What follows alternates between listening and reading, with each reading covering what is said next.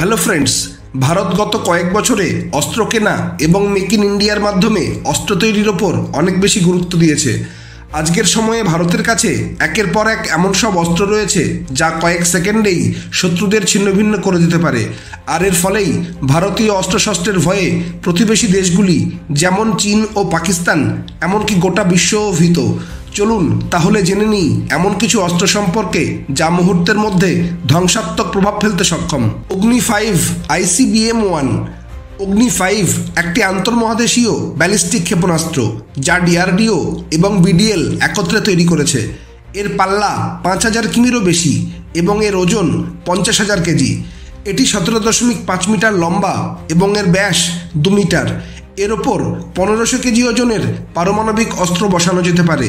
এই মিসাইল প্রতি সেকেন্ডে 8.16 কিমি পাড়ি দেয়, অর্থাৎ ঘন্টায় প্রায় 29,400 কিমি গতিতে শত্রুর ওপর আঘাত হানে। এটিতে ring laser gyroscope, inertial navigation system, GPS এবং নভ-আইক স্যাটেলাইট গাইডেন্স সিস্টেম সংযুক্ত। এটি লঞ্চ করার জন্য মোবাইল লঞ্চারের ব্যবহার হয়, যা একটি ট্রাকে রাখা যায় এবং সড়কপথে যে কোনো জায়গায় নিয়ে যাওয়া যায়। যদি ভারত এই মিসাইলটি ছোড়ে তবে এটি গোটা এশিয়া, ইউরোপ, আফ্রিকার কিছু অংশে পর্যন্ত আঘাত আনতে পারে। এই মিসাইলের সবচেয়ে বিশেষ বৈশিষ্ট্য হল এর MIRV প্রযুক্তি। এই প্রযুক্তির মাধ্যমে মিসাইলের ওয়ারহেডে একটি নয় একাধিক অস্ত্র বসানো যায়, অর্থাৎ একটি মিসাইল একই সঙ্গে 2 থেকে 10টি লক্ষ্যবস্তুতে আঘাত আনতে পারে, যা 100 কিমি জুড়ে বিস্তৃত থাকে। ব্রহ্মোস কেবল ভারতেরই নয়, বিশ্বের অন্যতম ভয়ঙ্কর মিসাইলগুলির একটি হিসাবে গণ্য হয়। এটি একটি সুপারসনিক মিসাইল। ভারতের 3টি বাহিনীতেই এর বিভিন্ন সংস্করণ মোতায়েন করা হয়েছে। এই 3000 কেজি ওজনের মিসাইলটি 8.4 মিটার লম্বা এবং এটি 200 থেকে 300 কেজি ওজনের প্রচলিত কিংবা পারমাণবিক অস্ত্র বহন করতে পারে।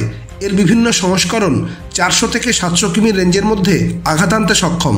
সবচেয়ে বিপজ্জনক বিষয় হলো এটি মাটি বা সমুদ্রপৃষ্ঠ থেকে মাত্র 10 থেকে 15 মিটার উচ্চতায় উড়ে শত্রুর লক্ষ্যবস্তুতে পৌঁছে যায় এবং এর গতি প্রায় ঘন্টায় 4330 কিলোমিটার।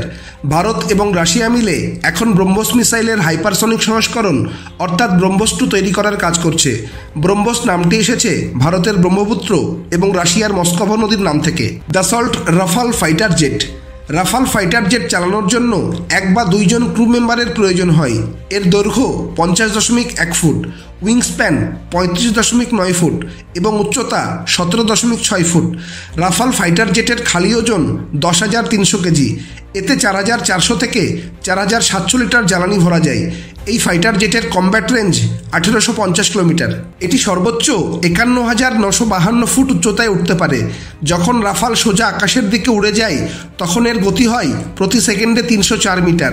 এতে 30 মিলিমিটারের একটি অটো ক্যানন লাগানো আছে, যা 125 রাউন্ড গুলি করতে পারে। এছাড়া এতে বেশ কয়েকটি হার্ড পয়েন্ট রয়েছে, যার মধ্যে 13টি নৌবাহিনীর সংস্করণের জন্য এবং 14টি বায়ুসেনার সংস্করণের জন্য ব্যবহৃত হয়।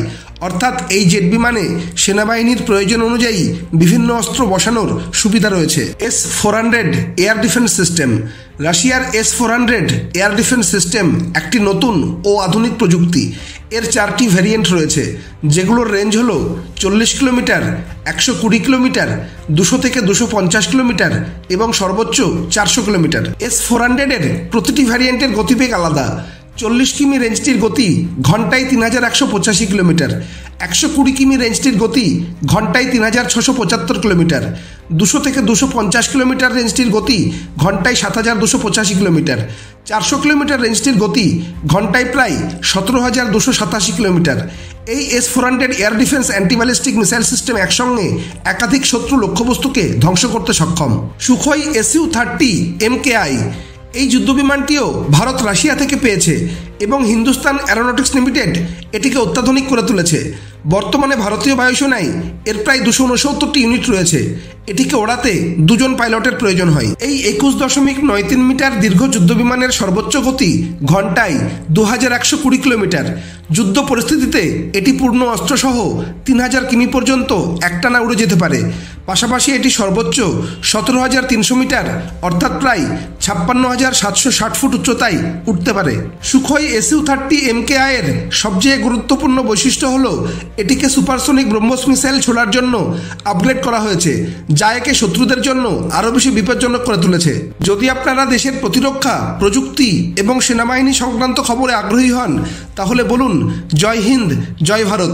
যদি আপনাদের এই তথ্য ভালো লেগে থাকে তাহলে ভিডিওটি অবশ্যই লাইক ও শেয়ার করুন এবং বেঙ্গলি ডকুমেন্টারি স্পিকার ইউটিউব চ্যানেলটিকে সাবস্ক্রাইব করে পাশে থাকা বেল আইকনটি প্রেস করুন, যাতে পরবর্তী সমস্ত ভিডিওর নোটিফিকেশন আপনার কাছে পৌঁছে যায়।